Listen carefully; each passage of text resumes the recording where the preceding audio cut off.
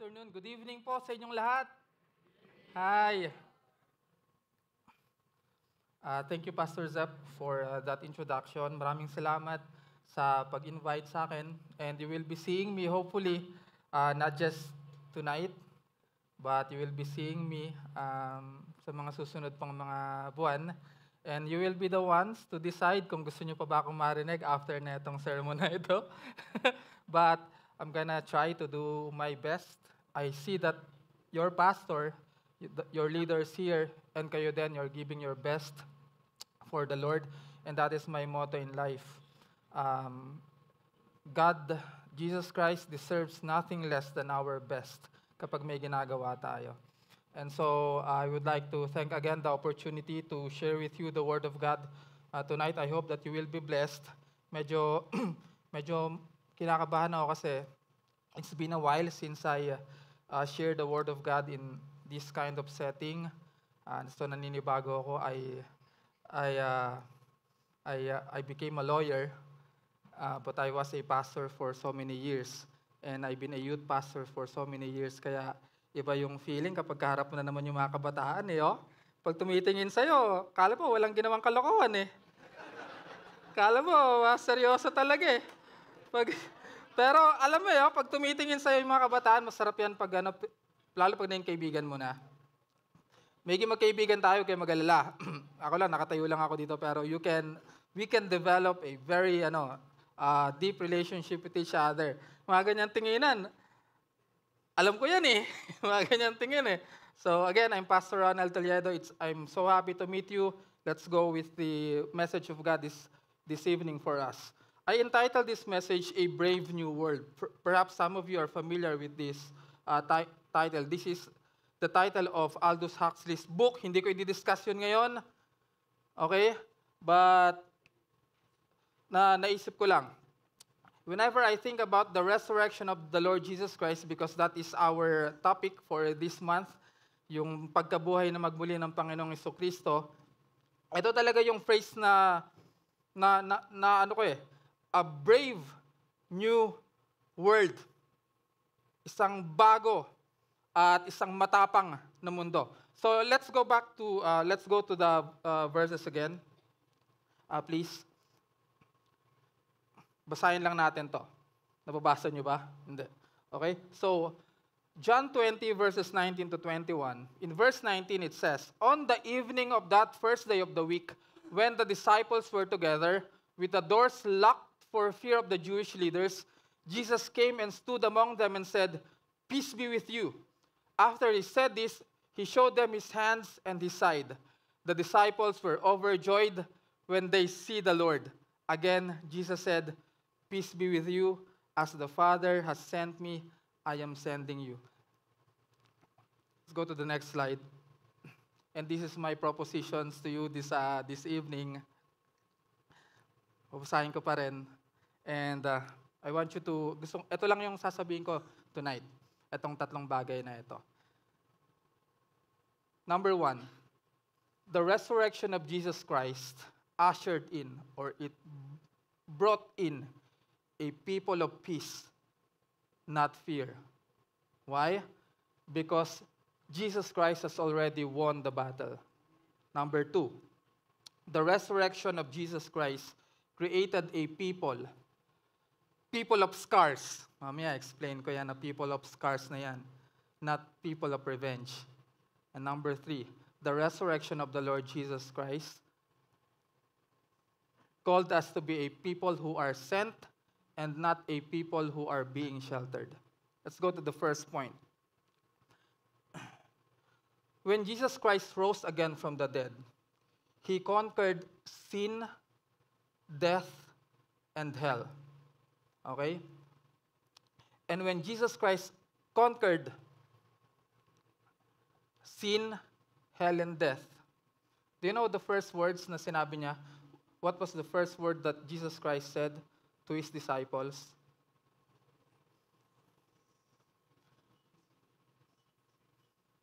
Sabihin mo nga sa katabi mo ngayon. Kung alam mo. Alam nyo ba yan yung greeting ng mga kapatid natin ng mga Muslim? Ano yun? Shalom Aleichem. Sabihin nyo nga sa katabi mo, Shalom Aleichem. O, pag sinabihan ka ng Shalom Aleichem nung katabi mo, babaliktarin mo lang yon. Aleichem Shalom. Ayan. Sa mga Filipinas, Salam Alaikum. No? Pero yun. Shalom, that's the Hebrew word for peace. Shalom Aleichem. Peace be with you. Ano yung sagot? Okay, sabihan ko sa iyo, sa inyo. Shalom Aleichem. Next slide. On the evening of the resurrection of Jesus Christ, alam niyo yung ginagawa ng mga disciples ng Panginoong Jesucristo? They locked themselves in a room. On the evening of that first day, nung kinagabihan, parang ganito, nung kinagabihan, nung muling pagkabuhay ng Panginoong Yesus, yung mga disciples niya, they locked themselves in a room with the doors locked for fear of Jewish leaders. Jesus came and stood among them and said, "Peace be with you." Yung mga disipulo, they were hiding. They were afraid of what's gonna happen next. Okay? Yung kanilang leader, they pinned all their hopes sa Panginoong Jesucristo. And yet, the Lord Jesus Christ was what? He was crucified. And iniisip siguro nila, patay. Tayo na yung kasunod nito. Nahuli na yung Panginoong Hesus natin. So, talaga parang dito, nagkandado sila dito. Nag-huddle sila dyan, tapos kabadong-kabado sila doon. Baka tayo na yung kasunod na huli ng mga sundalo. They were afraid of the Jewish leaders. They were afraid of the Roman soldiers. And who are these people, especially yung Roman Empire? These people have been what? Oppressing them for a very long time. And the Jewish leaders were so corrupt during that time, na-oppressed din sila. And so during this time, nung dumating ang Panginoong Jesucristo, this is it. The Messiah has come. Our lives will be changed. Parang, wow, sobrang, the new world will be brought in nung dumating ang Panginoong Jesucristo. Pero what happened? Jesus Christ was what? He was killed. He was crucified. At nung nangyari yon, yung mga disipulo, they forgotten yung sinabi ng Panginoong Jesucristo sa kanila that I will die, but on the third day, I will rise again from the dead. So nung gabi, nung kinagabihan, nung ikatlong araw, nung pagkabuhay ng muli ng Panginoong Jesucristo, nasa isa silang kwarto at sila nanginginig doon sa takot. At nung pumasok doon ang Panginoong Jesucristo sa kanila, it's so wonderful because Jesus Christ, He has just conquered death, He has just conquered sin, He has just conquered hell. And He said to His disciples, "Peace be with you. I have conquered everything. There is nothing more to fear." Hindi ba? Is that an amen? Jesus Christ is telling us, Shalom. Finally, magkakaroon ka na ng complete peace. Magkakaroon ka na ng complete na healing. Ang ganda nung sinabi ng Panginoong Jesucristo Ang sinabi niyang unang-una sa mga disipulo niya na natatakot, "Peace be with you." The one who conquered death, the one who conquered sin, the one who conquered hell, gave them peace. Gives them peace. So we are a people of peace. We are not a people of fear. Ang logic dyan is very simple. If Jesus Christ was able to conquer death, what is there more to fear? Ano pa yung kakatakutan natin? He has conquered sin, which we are not able to do. He has conquered death. Akala nung kamatayan, ma-hold back niya si Jesus Christ. But even death was not able to hold back the Lord Jesus Christ. He rose again from the grave. Even the worst of hell cannot hold back the Lord Jesus Christ from rising again from the dead. And that's why He is saying to all of His disciples, "Peace be with you." We are a people of peace. We are not a people of fear. Kaya it's a logical contradiction for you to be a Christian and at the same time a fearful person. Hindi naman yung talagang parang sobrang walang takot na parang tatanga-tanga. Pero alam mo yung hindi ka na takot mamatay. Hindi ka na... Dati kasi no-oppress lang tayo ng alam nyo, minsan parang yung kasalanan, parang magandang gawin, di ba?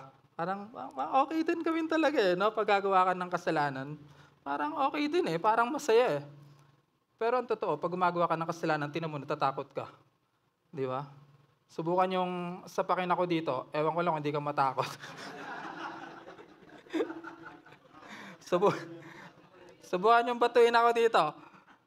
Naka-video ba to? Para may ebidensya ako. Yun nga, pastor ako ngayon. Buti na lang. Ayun, lawyer din ako. Pero hindi, pag gumawa ka ng kalokohan, di ba? Sabi ko, siguro pag meron kayong ginawa, siguro ewan ko, baka iba sa inyo dito, may ginawa palang kalokohan. For example, malalaman na, or nalaman na, nung ako'y high school pa, elementary pa lang pala. Okay, so wala akong criminal liability. Alam nyo ba, kapag gumawa kayo ng krimen, if you are 16 and below, wala kayong criminal liability. So when I was in elementary, pambira niya, nasama ako ng mga tropa ko kasi nasusunugan doon sa amin sa may south. Tapos sabi nila, inopen na yung South, parang supermarket yon. Inopen na nila yung South, kinukuha na pwede nyo nang kunin lahat ng nandun. Di sumama rin ako. Siguro mga grade 4 ako noon. Pagpunta namin doon, nakubad pa ako ng damit eh. Alam mo yung, ginaganon ko yung mga, nasusunog eh. So, nagnanakaw kami. Pambihira, pambihira yan. Maya-maya, nung papalabas na kami, may pulis na doon. Gano'n no? Na-flashlightan kami ng gano'n. Pambihira, pangatlo ko noon, mga kapatid. So, dala-dala ko yung plastic bag ng hindi ko na alam kung ano yung mga nilagay ko doon eh. No? Meron pa ako nakasuksok dito noon. Sabi ko, pambihira, pagkakita ko ng gano'n. Binaba ko yung dalawang ano ko. Tapos ito, kapot ako doon ng damit. Sobrang kaba ko talaga. Nung nakita ko yung dalawang kasama ko, sinasabunutan na ng pulis. Hindi, saglit lang nakakatawa yung kwento eh. Nakita ko sinasabunutan ng pulis. Yung school kung saan ako nag-aaral, mga 20 steps lang doon nasusunog. Kaya kung nalaman pa to ng mga kaibigan ko, sobrang nakakaya. Pambihira niya, parang honor student pa ako. Tapos nagnakaw kami doon. Kaya nung umuwi ako ng bahay, diretso ako doon sa kwarto ko. Sabi ko sa inyo mga kapatid, grabe nanginginig ako doon sa kape. Tapos sabi ko, ikakanta kaya ako noon ng mga kasama ko. Pero bawat may tumatawag sa bahay namin, iba eh. Iba talaga eh. Sabi ko, eto na to, this is it.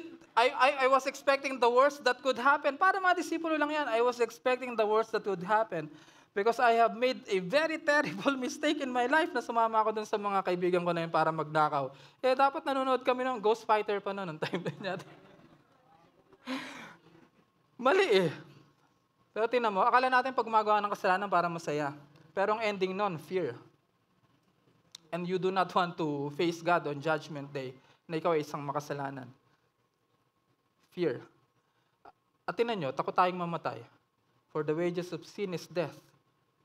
Fear. We fear dying. We don't talk about dying. We don't want to talk. We don't like talking about dying. And takot na takot tayo mapunta sa impyerno. Yung tatlo na yun, kinonquer yun ng Panginoong Jesucristo.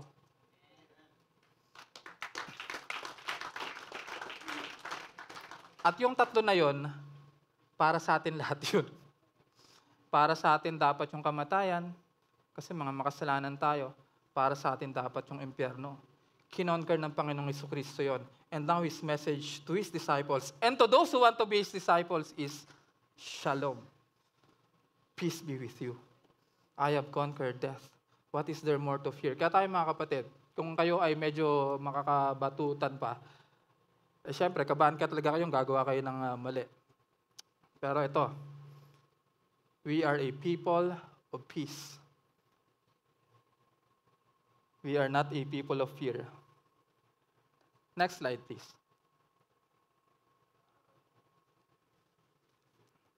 So may mga exam na paparating. Tapos na? Tapos na yung exam ninyo? Okay, sino gusto dito mawala ng scholarship? Alam mo yung ganyan? Fear, ano may mga kinatatakutan ng mga kabataan? You fear what? Fear of rejection, diba? May gusto kang ligawan, tapos baka ma-reject ka. You fear failing. You fear you might lose your scholarship. You fear that you might disappoint your parents. Diba? You fear na baka yung course na kinuha ninyo, wala naman kayong, baka gagraduate na kayo, tapos hindi nyo alam, may makukuha ba akong trabaho dito after this. So itong mga fears na to, parang mga locked doors to eh. Yan. Na nakaka-paralyze, tapos hindi ka malakas. Tapos all the while, hindi natin alam, binuksan na ng Panginoong Jesucristo yung pintuan eh. Pwede ka na nang kumawala doon sa fear na yon. Because that was, the Lord Jesus Christ has accomplished by His resurrection. He took away our fear. And in its place, He gave His peace. Fear of persecution, fear of failure, fear of the unknown. Next slide, please.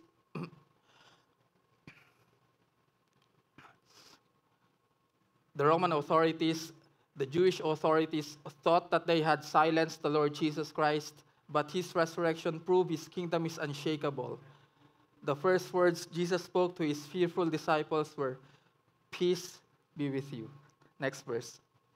Napakasarap ng mga comfort ng Panginoong Jesucristo.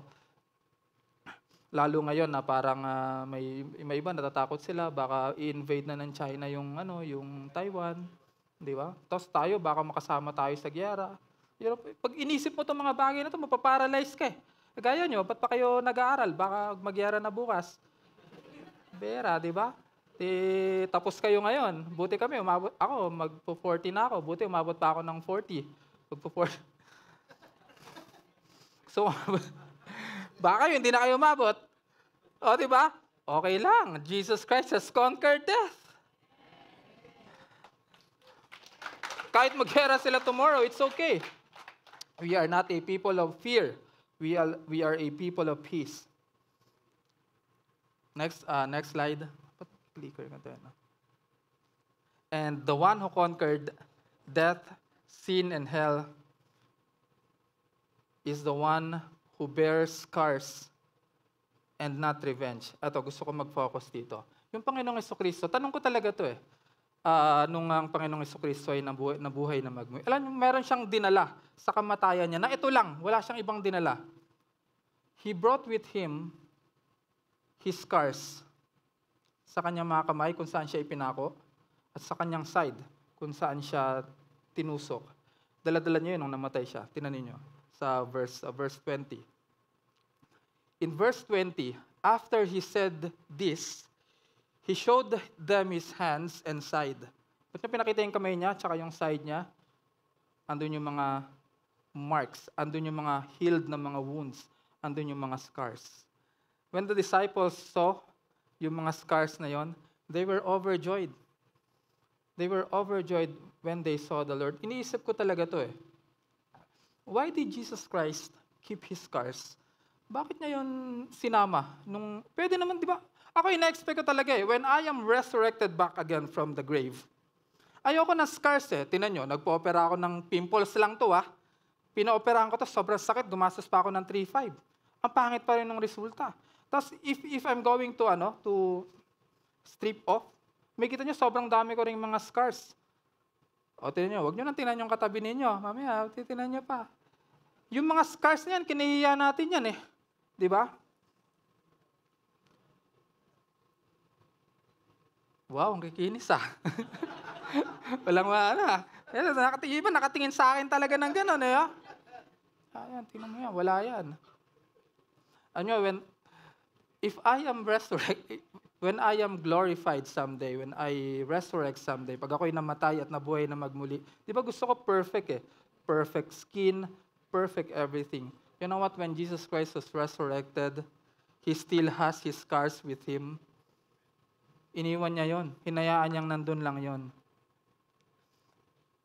His scars. Jesus in His resurrected state did not return to take revenge on those who crucified Him. Instead, He appeared to His disciples and proclaimed peace. This is the resurrection life, a life defined by love, grace, and reconciliation. Nung ang Panginoong Jesucristo nabuhay na magmuli, at pumunta siya doon, tinignan niya yung mga disipulo niya. Pwedeng nagalit siya sa mga yun eh. Pwede nga actually magalit ang Panginoong Hesus sa atin ngayon eh. Yung mga latay na natang, alam niyo nangyari sa Panginoong Hesus, pag binasa mo yung Matthew chapter 26 verse 6-7, you will see what happened to the Lord Jesus Christ there. He was spitted upon, dinuraan siya, binugbog siya, He was slapped, sinampal siya, and then He was stripped. He was wounded. Eventually, He was crucified. Siguro habang nandun siya, 3 days siya doon. Habang nandun siya at siya ay namamatay doon sa krus, yung mga taong dumadaan doon, pinagtatawanan siya. Tapos, nililibak siya. Because crucifixion is a sign of judgment from God. Siguro, nung nabuhay na magmuli ang Panginoong Jesucristo, isipin mo, siguro magagalit yung Panginoon eh. Tingnan nyo, ang dami kong mga tama oh. Kaya kayo, ikaw Peter, iniwan mo ako. Kayo lahat ng mga disipulo ko, iniwan nyo akong lahat. Kaya tingnan nyo, wala man lang kahit isa sa inyo na sumalo ng wound ko.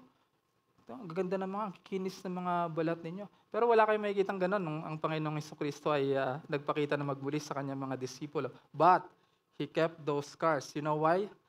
Ito talaga yun kung bakit kinip ng Panginoong Jesus, ng Panginoong Jesus yung kanyang scars. It's His trophy. Yung mga scars na yon ay mga battle scars. Those scars are proof of His love for us.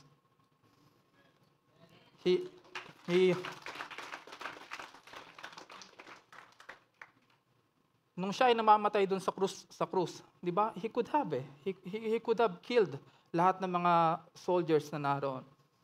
That's fine. Ibigay nyo na sa akin lahat ng hatred ninyo. Ibigay nyo na sa akin lahat ng anger ninyo. Ibigay nyo sa akin lahat ng kasalanan ninyo. I will take it all.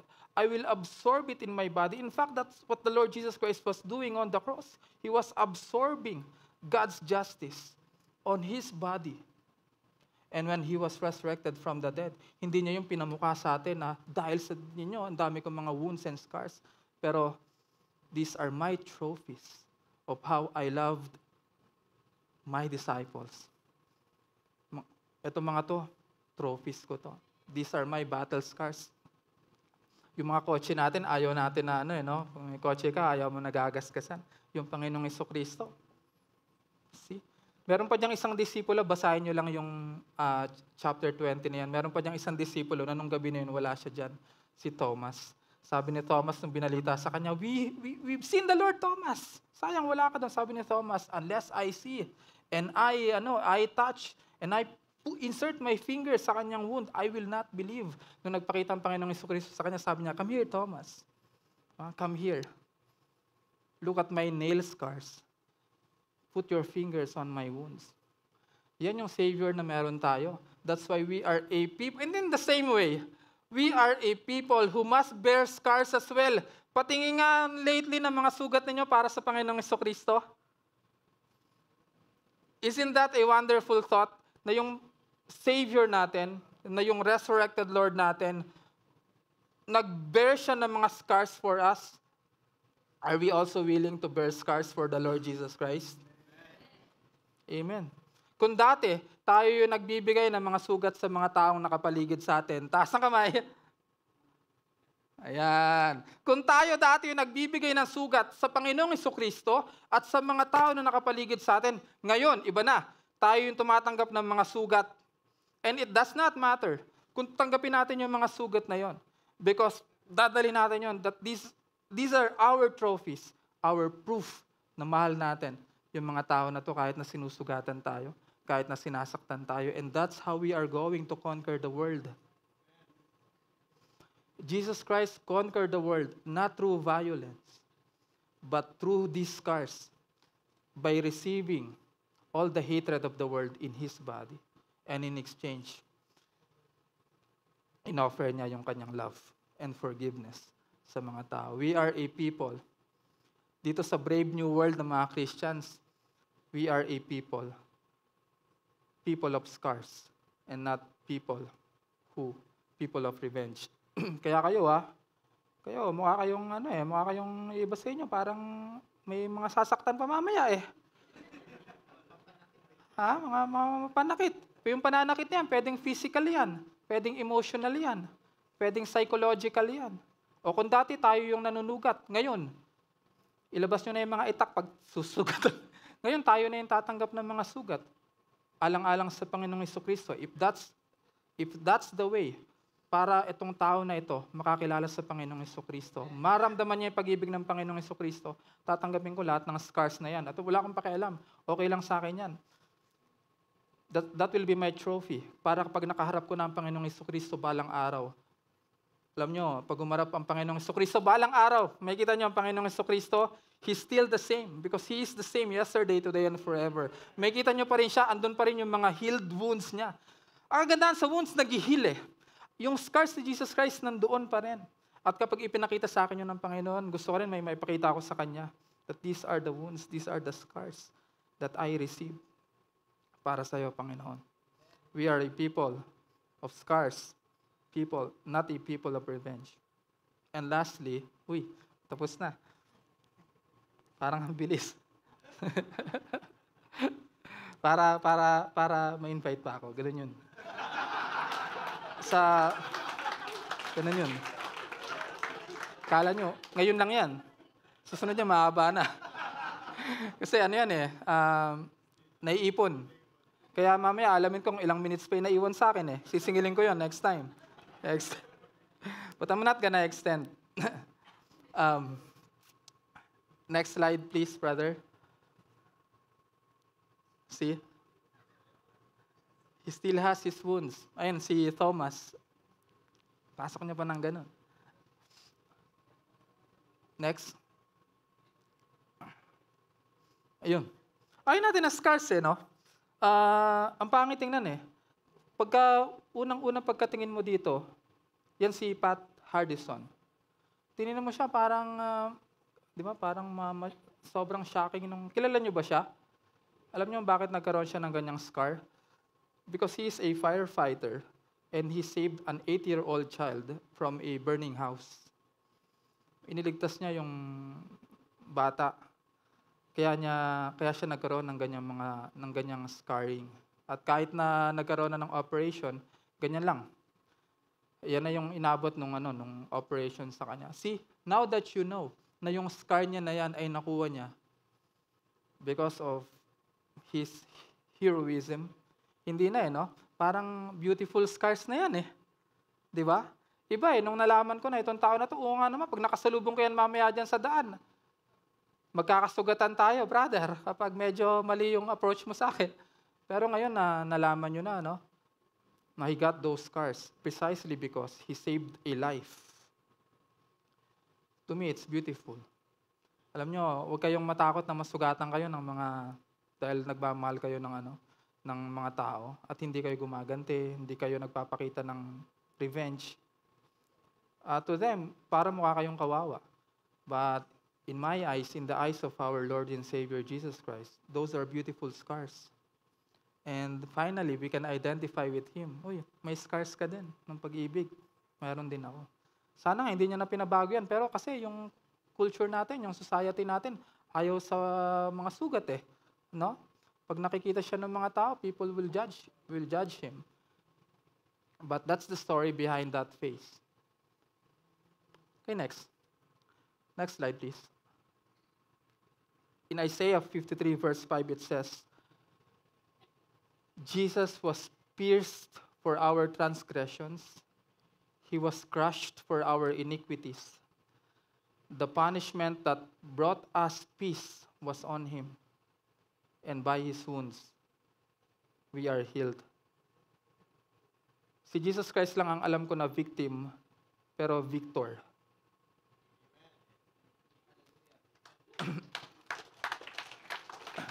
Minsan kasi, iniisip natin kapag ayaw natin maging biktima But there is one victim who is a victor, and that is the Lord Jesus Christ. Precisely because He was a victim na nagkaroon tayo ng healing. Kaya, it's okay kung maging victim tayo. Katulad ng Panginoong Jesucristo. Next slide, please. The resurrection proves that this love is victorious. If death could not hold Christ, then neither can hatred, bitterness, or unforgiveness hold back His people. Parang hirap no, Sir Ronald? Parang mas madaling ikaw yung mag-inflict ng wound Parang mas madali na ikaw, mamaya pagkalabas natin dito, talagang masusubukan tayo kung, mamaya next na magkita-kita kayo ang assignment ninyo, bro, ikaw, sis ikaw, ilan ang nasugatan mo ngayong araw? Ilang scars ang binigay mo? Sis, ang hirap Alam mo yon?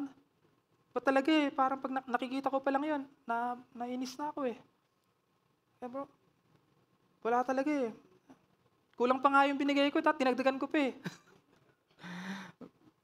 Ilang scars yung Parang hirap no? Ang hirap gawin.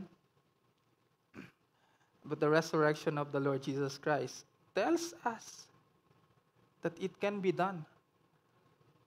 Na hindi mas makapangyarihan yung hatred, na hindi mas makapangyarihan yung revenge, na hindi mas makapangyarihan yung bitterness or unforgiveness.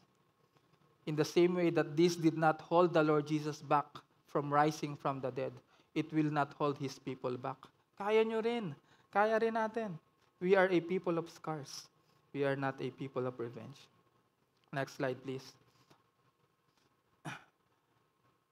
Jesus kept these battle scars to prove His love. He won not through violence, but conquered through sacrifice. Next slide, please. And lastly, we are a people who are sent and not a people who are being sheltered. Let's look at that verse in verse 21. Ang sabi dito, again, Jesus said, "Peace be with you. As the Father hath sent me, I am sending you." The Christian life is not about staying safe behind locked doors. It is about stepping into the world with the gospel, even when it costs us our life. Kanina mag-usapan natin yung mga scars, wounds. We will be receiving them. Baka dito pa lang, makaka-receive na tayo dito ng mga wounds and scars. How much more pag lumabas tayo dito and we go to the world? Because the Lord Jesus Christ is not just interested in keeping us safe. Safe na tayo talaga. Mamatay man tayo, sa langit tayo pupunta. Hindi na tayo paparusahan ng ating Diyos. Pero pag lumabas tayo dito, makakaranas pa rin tayo ng mga pagsubok. Makakaranas tayo ng mga persecutions. It is not the Lord Jesus Christ's intention to keep us safe and sheltered. Sarap ng pakilamdam. No, it is the intention of the Lord Jesus Christ for us to go. Because the resurrection of the Lord Jesus Christ does not make fearful disciples. Fear makes us want to what? To stay safe. Yung fear, gusto lang nandito lang tayo, hindi tayo lalabas. The peace of Jesus Christ, the scars of the Lord Jesus Christ, and the command of the Lord Jesus Christ make us go into the world. As the Father has sent me, I am sending you. This time, we are sent knowing that we have peace and that we are ready, able, willing to bear scars for the Lord Jesus Christ. Next slide, please. The resurrection of Jesus means fear has no power over us anymore. Next slide, please. Ito. Understand this. May taas nga yung kamay ng mga nagmahal na talaga. Yung totoo. Ayan. O, kayo yung buhay na patotoo na kapag nagmahal ka ng sobrang pagmamahal, at kapag yung love na yon ay hindi na-reciprocate, o kaya yung love na yon ay na-reject, sobra din, di ba? Because if you love deeply, you will be hurt deeply. O, di wag kang magmahal. O, di ba? Kung magmahal ka, wag din sobra, wag deep. Kung alam niyo yung hindi nagmamahal kung ano? Yung talagang hindi nagmamahal, yung bato. It does not love deeply. Okay? And it does not get hurt. But if you will love, and if you love deeply, you will be deeply hurt. But would you rather have a safe life without wounds or a meaningful life marked by scars of love? Di ba? So, dalawa lang yung choice natin dito sa room after hearing this message. So we stay safe, we don't go out to the world and share the love of Jesus. We will not have any scars. We will not be wounded. Or we will go out, we will not be safe, we will take risk. Mag-risk tayo na magmahal. Mag-risk tayo na mag-bear na scars. Mag-risk tayo na mag-forgive. And in doing so, you might receive scars. You might receive wounds. It's okay. These are the scars of love. Same scars na biner ng ating Panginoong Jesucristo. We will have the same marks on us. The resurrection of Jesus changed everything. It transformed his fearful disciples into disciples who are bold, disciples who bear witness to the resurrection of Jesus Christ, and disciples who change the world. Do you believe me na na-transform ng resurrection ng Panginoong Jesucristo yung mga disipulo niya? From being fearful to becoming what? Anong kabaliktaran ng fearful? F din. Faithful. Tingnan natin. Next slide. Ito tradition to, no? You will not see this in the Bible, but tradition says that this is what happened to the disciples. After ng resurrection ng Panginoong Jesucristo, the disciples were never the same. Okay? They were never the same. Nung sinabi ng Panginoong Jesucristo sa kanila, "As the Father has sent me, I am sending you." They did that. They got sent. Kaya ang tawag natin sa kanila mga apostles. Yun yung dun galing yung word na send sa Greek ay apostello, meaning I send out with a mission, with a purpose. At yun ang ginawa ng mga disipulo. Tradition says that Peter was crucified upside down. Nung siya ay ipapako na sa krus, sabi niya, "I do not deserve to be crucified like my Savior. So ipako niyo ako na hindi pa ganito. Ipako niyo ako upside down." See? Ito yung disipulo na nandun din sa room na nag-lock ng sarili nila doon because of fear.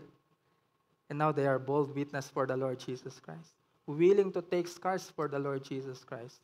Second disciple, what happened to them? Si James the Greater was said to have been beheaded by King Herod Agrippa. Next.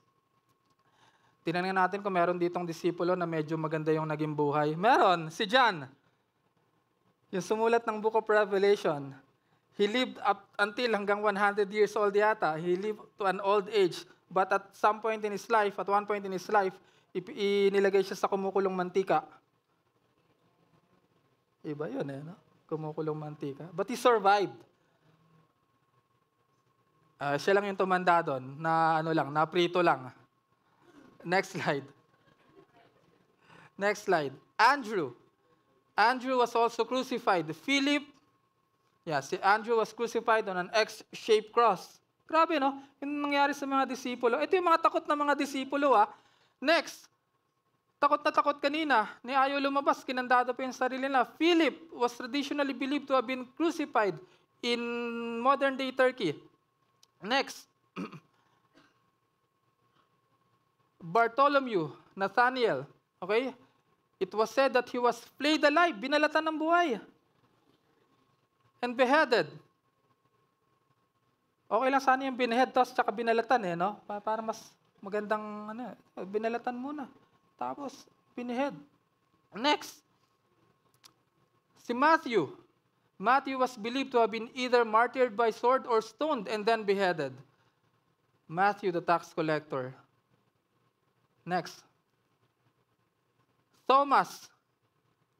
Thomas the doubter was traditionally believed to have been speared to death in India. He went to India, he got speared there. Next. Meron pa ba? James the Less was believed to have been thrown from a pinnacle of the temple in Jerusalem or stoned to death. O pili ka na lang. Kung sa tradition, ano ba talaga? Itinulak pa, in-stone to death. Baka nung itinulak dun sa pinnacle ng temple, buhay pa nung bumagsak, binato pa. Pwede din. Next. Who's this? Thaddeus? Yeah? O yun. Kung di nyo mabasa yun, in-spear. Next. He was believed to have been shot with arrows. Si Simon the Zealot, ito yung warrior ni Jesus Christ. Some traditions claim he was crucified. Others suggest he was martyred in Britain or Africa. Next. See? Yung mga kasunod nun, Pastor Ronald Tuliado. Hindi ko, wag lang yung kung pipili ako doon sa 11 na yun, wag lang yung plate. Ilagay nyo nga yung kasunod yung mga pangalan nyo doon. Kaya? We are a people of fear. Or we are a people of peace. We are people of scars, not a people of revenge. And we are a people who are sent, not a people who are being sheltered. Yung resurrection ng Panginoong Jesucristo transformed His disciples from being fearful to being His bold witness. Jesus is saying to you today, peace be with you. Sarap na ito, para lang din tayo nagko-commission talaga eh. And my brothers and sisters, bago kayo, parang pinag-uusapan nyo na kung anong gusto nyo doon sa 11 na yun. Okay? Relax lang. Relax. Pero okay eh. Okay, tumatapang yung ating mga kabataan. Palakpakan sa Panginoon. Para ilabas natin yung, baka makinakabahan na tayo eh. Diba? Pabira, Pastor Ronald, patindi Ang tindi nung ending ng sermon mo, puro mga namatay eh. Puro, yan tindi, mga na-crucify pa eh. Pero diba, nasabi natin kanina, tsaka, scars for the Lord Jesus Christ. Jesus Christ, this is Jesus Christ telling you now, as the Father has sent me, I am sending you. So this is my message to you guys. Next slide, and I will leave you with this. Step out, face the world, bear scars for Jesus, live in victory.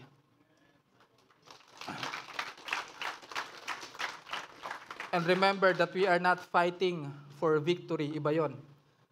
We are not fighting in order for us to be victorious. We are already victorious. Jesus Christ is already victorious over death, over sin, over hell. Hindi tayo yung parang may battle tapos hindi natin alam kung mananalo ba tayo. We already won. Kaya nga sinisend out na tayo eh. Because we already won. Yung kamatayan, yung kasalanan, ano na lang yan? It's a lie. It's a deception from Satan na may power pa ako. He was already defanged. Death cannot hold Jesus Christ. In fact, pag namatay tayo, we will be resurrected like the Lord Jesus Christ. Live in victory, mga kapatid. Do not live in fear. Palakpakan natin ang Panginoon.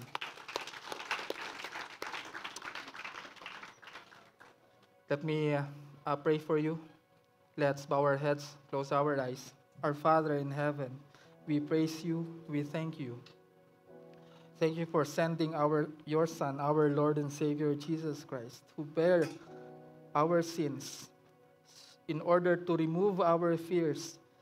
Salamat, Panginoon, sapagkat dahil sa aming Panginoon, sa pagkabuhay na magmuli ng aming mga Panginoong Jesucristo, kami ay nagkaroon ng kapayapaan na hindi kayang ibigay ng mundo.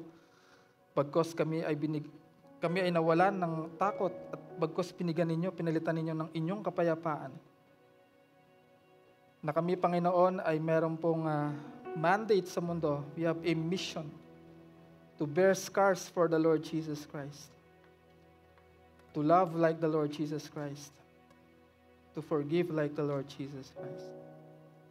We thank you because you are already victorious.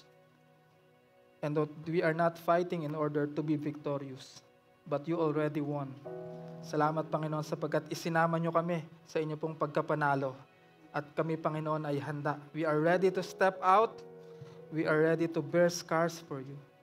And we are ready to live in victory. We are ready to live in your brave new world that you have given to us. Maraming salamat. Itinataas namin ang pinakamatamis na pangalan sa buong mundo. Ang pangalan ng inyong anak na si Jesus. Amen.